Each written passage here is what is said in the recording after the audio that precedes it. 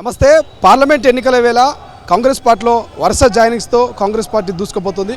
So ఇవాళ doctor విద్యాసావంత్ గారు కూడా కాంగ్రెస్ పార్టీలో జాయిన్ అయ్యారు. సో మేడం, ఎందుకు ప్రధానంగా పార్టీలో జాయిన్ అవ్వడానికి కారణం ఏంటి?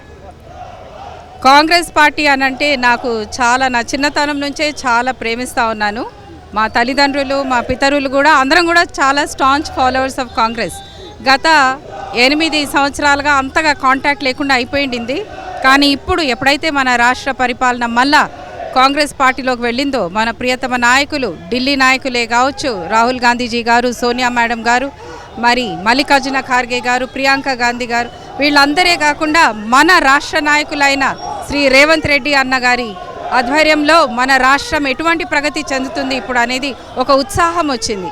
అదే కాకుండా మన డిప్యూటీ సీఎం గారైన మరి మల్లు మరి బట్టి విక్రమార్క గారు, మరి ఇంకా ఎంతోమంది నాయకులు ఉన్నారు, మన రాష్ట్ర నాయకులు. వారందరితో కలిసి ఏదో ఒక పని చేయాలా అన్న ఒక మంచి ఉద్దేశంతో నేను పార్టీ జాయిన్ అవటం జరిగింది. రాష్ట్ర వ్యాప్తంగా అటు బీఆర్ఎస్ ఉన్నది, బీజేపీ ఉన్నది, బీఎస్పీ ఉన్నది, ఇన్ని పార్టీలు ఉన్నా కూడా కాంగ్రెస్ పార్టీలో ఎందుకు రీఎంట్రీ ఇచ్చారు? కాంగ్రెస్ పార్టీ చేపట్టిన ఈ నూతన కార్యక్రమాలు అనొచ్చు, లేదా మరి ప్రజా పరిపాలన అనొచ్చు, మనం ఈ రాజ్యాంగ విషయాలకు మనం చూసినట్లయితే కాంగ్రెస్ పార్టీ చేసే ప్రతి ఒక్క ప్రతిజ్ఞ, మరి ప్రతి ఒక్క అవకాశం కల్పించిన అన్నిటికీ కూడాను కాంగ్రెస్ పార్టీ మీద చాలా ఉత్సాహం ఉండటమే కాకుండా ప్రజల మధ్యనే కాకుండా ప్రజల పరిపాలన అంటే వారి దగ్గరికి వెళ్ళటం, వాళ్ళతో కలిసి పని చేయటం అనేది కనుక అటువంటి కాన్సెప్ట్ అనేది కూడా నాకు చాలా నచ్చడమే కాకుండా దాంట్లో నేను పాలి భాగస్తురాలు కావాలని ఆశిస్తున్నాను.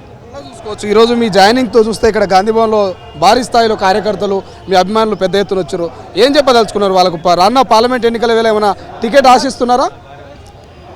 నేను మరి ఏదో ఉద్దేశించి కాదు, కానీ పార్టీ జాయిన్ అవటం అంటే ముఖ్య ఉద్దేశం ఏంటంటే పార్టీతో కలిసి పని చేయాలా అని అనంటే వాళ్ళ నాయకత్వం కింద వారికి ఉన్న ప్రతి ఒక్క అంశంలో కూడాను నేను పాలి భాగస్తురాలు కావాలి. అదే కాకుండా నాతో పాటు వచ్చిన పార్టీలో ఉన్న వర్కర్స్ అందరే కాకుండా మరి మా మొత్తం అన్ని నియోజకవర్గాలని చెప్పొచ్చు, ప్రతి ఒక్కరి దగ్గర వెళ్ళి పార్టీ యొక్క అంశాలను తీసుకెళ్ళటమే కాకుండా వారి యొక్క మంచి సంక్షేమ పథకాలే కాకుండా ప్రజలు ఏ విధంగా ఇంకా చక్కగా ప్రగతి చెందగలుగుతారు, అభివృద్ధి చెందగలుగుతారు, ఈ యొక్క ఉద్దేశాలను బట్టి నేను నా యూత్ఫుల్ డేస్ నుంచే కాకుండా ఈవెన్ నా స్టూడెంట్ డేస్, మరి నేను ప్రొఫెసర్గా వర్క్ చేశాను కనుక ప్రతిసారి కూడా యువకుల్లో ఉన్న ఒక ఉత్సాహాన్ని ఇంకా మనం ఎలా నెలకొల్పాలి అన్న ఒక మంచి ఆసక్తితో నేను ఇందులో చేరటం అనేది జరిగింది. కాంగ్రెస్ ప్రభుత్వం 6 గ్యారెంటీలు అని చెప్పి అధికారంలోకి వచ్చింది. 100 రోజులు అమలు చేస్తామంటున్నది. సాధ్యమవుతుంది అంటారా 6 గ్యారెంటీలు? తప్పకుండా సాధ్యమవుతుంది. 100 రోజుల్లోనే కాకుండా ఆల్రెడీ చేపట్టిన కార్యక్రమాలు చూసినట్లయితే ఆల్రెడీ ఒక 3 ముందుకెళ్ళాయి, ఇంకా 3 చేయడానికి ఇప్పుడు అవకాశం ఉంది. దానికి ఒక టైం లైన్ అని పెట్టుకొని ప్రతి ఒక్కటి కూడా ఇమ్మీడియట్గా ఆ డే నుంచే ప్రారంభించారు. మహాలక్ష్మిని అదే రోజున ప్రారంభించడం జరిగింది కనుక మనం చూసేది ఏంటంటే వాళ్ళు చెప్పిన ప్రతి ఒక్క ప్రతిజ్ఞ కూడా, ప్రతి ఒక్క విషయం, ప్రతి ఒక్క ప్రజల యొద్దకి ఏం తీసుకెళ్లాలన్న ఒక ఉద్దేశంతో మొదలెట్టారో అది చేకూర్చుతున్నారు. మరి అది సాధ్యమవుతుంది అని అందరం కూడా భావిస్తున్నాం, నమ్ముతూ ఉన్నాం. ఇది మొత్తం మీద కాంగ్రెస్ పార్టీ చేస్తున్నటువంటి కార్యక్రమాలు నచ్చి మళ్ళీ కాంగ్రెస్ పార్టీలోకి రీఎంట్రీ ఇచ్చాము. 6 గ్యారెంటీలు ఏవైతున్నాయో ఖచ్చితంగా అమలైతాయి. పూర్తి స్థాయిలో కాంగ్రెస్ ప్రభుత్వం మీద నమ్మకం ఉన్నది.